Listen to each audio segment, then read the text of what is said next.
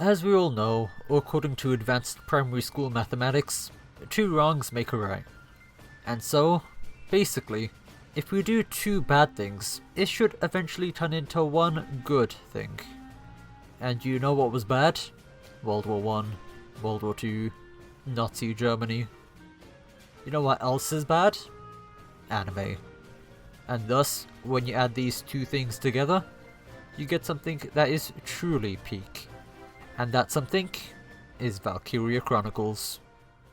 Valkyria Chronicles is a unique turn-based strategy JRPG which disguises itself quite nicely as some sort of hybrid third-person shooter.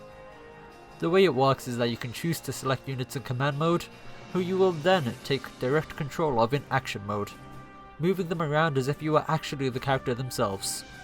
It actually makes you feel like an anime girl in World War II, except it is not World War II, and is instead the Second European War. More on that later.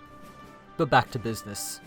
The name of this unique combat system is the Blitz system, and it's what the main gameplay loop of this game is. I don't even need to explain why this battle system is cool. I mean, just look at the screen. It's way more immersive than your average strategy game, since you're literally taking direct control of your units, rather than just watching some fancy animation play out. Your unit's movement is determined by an action meter, which only gets decreased when you're moving. Meaning that's not like you're on a strict timer or anything. You can still take the action segments of this game in a relatively chill manner. Meaning the average strategy game enthusiast who can't move 2 sticks at the same time will still feel right at home. Despite this seemingly manual gameplay, there's still that classic element of random BS in strategy games that can make or break your day, as the accuracy of your units is very much down to chance. Thus, you'll be preying on gunshots, and cheering when an enemy unit misses you point blank.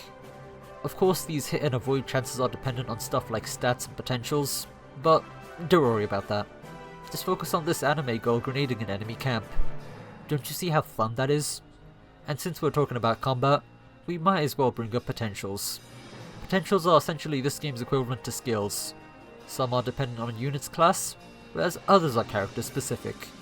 These trigger in a range of different situations and conditions, which helps in making all of these units feel distinct and unique from each other. When in reality, these guys have like 5 lines of dialogue each, half of which being their recruitment and death quotes. Oh, and yeah, this game has a permadeath system.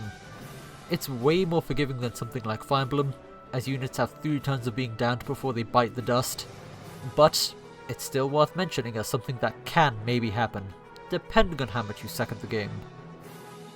Units come in a range of different classes. Lancers, which are anti-tank and highly defensive units, Engineers, which are pro-tank and can replenish your unit's equipment, and Tanks, which are tanks.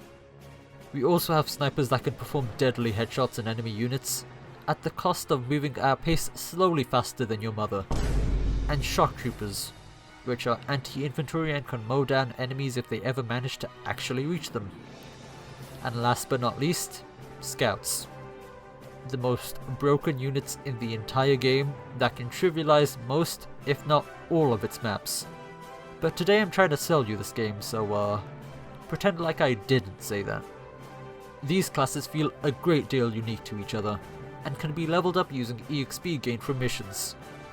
And as these classes level up, so do their equipment and orders. Orders are basically just bonuses that you can give to units in exchange for action points. These are heavily unbalanced, and also perfectly segue into my next point, the game's difficulty.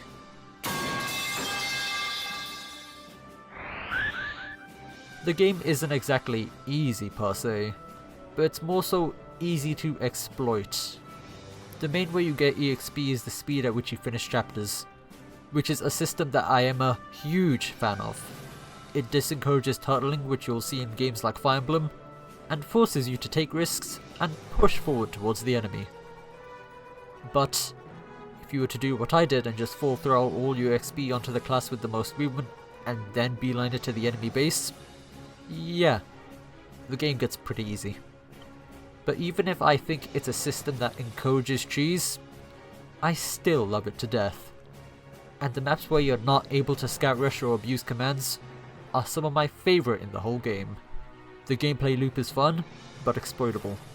And if I'm being honest, even with the fact that the gameplay is very easily broken with enough know-how, I still rate it as one of the more fun JRPGs that I've played, purely because of the blitz system. I mean, just come on, I sniped that guy from halfway across the map. That's pretty flippin' cool. And that feeling of grenading an enemy base, and then quickly rushing to capture it before the enemy intercepted fire kills you is just so good. Moving on from the gameplay, let's talk about the story. It's, actually not that bad. I wouldn't say it's exactly plot heavy, and it does seem a bit on the generic side of things at times. The game does have a few standout characters which made me enjoy the story, and it does tackle some ideas that are pretty intriguing when you take a deeper inspection of them. You will be walking away from this game after being it thinking you've witnessed peak cinema. After all, that game is Muv-Luv. But the game has its moments. And its final cutscene also started to lag my laptop when I was recording it. So, yeah. I wouldn't say the story is greater than the sum of its parts, but I still enjoyed it nonetheless. And even if I didn't, I would still love Valkyria Chronicles purely for its gameplay. Overall, this game is really cool and you guys should totally play it. Sega, please sponsor me. And instead of me providing you with even more reasons as to why you should play this game when half of you guys aren't listening anyway, I'll just do this instead. If you were to watch this video on the day of its release, Valkyria Chronicles 1 should be on sale on Steam right about now, right as we speak. And you can probably get the game for extremely cheap like I did. If me helping you save money isn't a reason to subscribe, I don't know what is. And if you're watching this video late, well, that's what you get for not subscribing, I guess. But anyway, I hope you guys play this game, because I love it, and I'll see you later.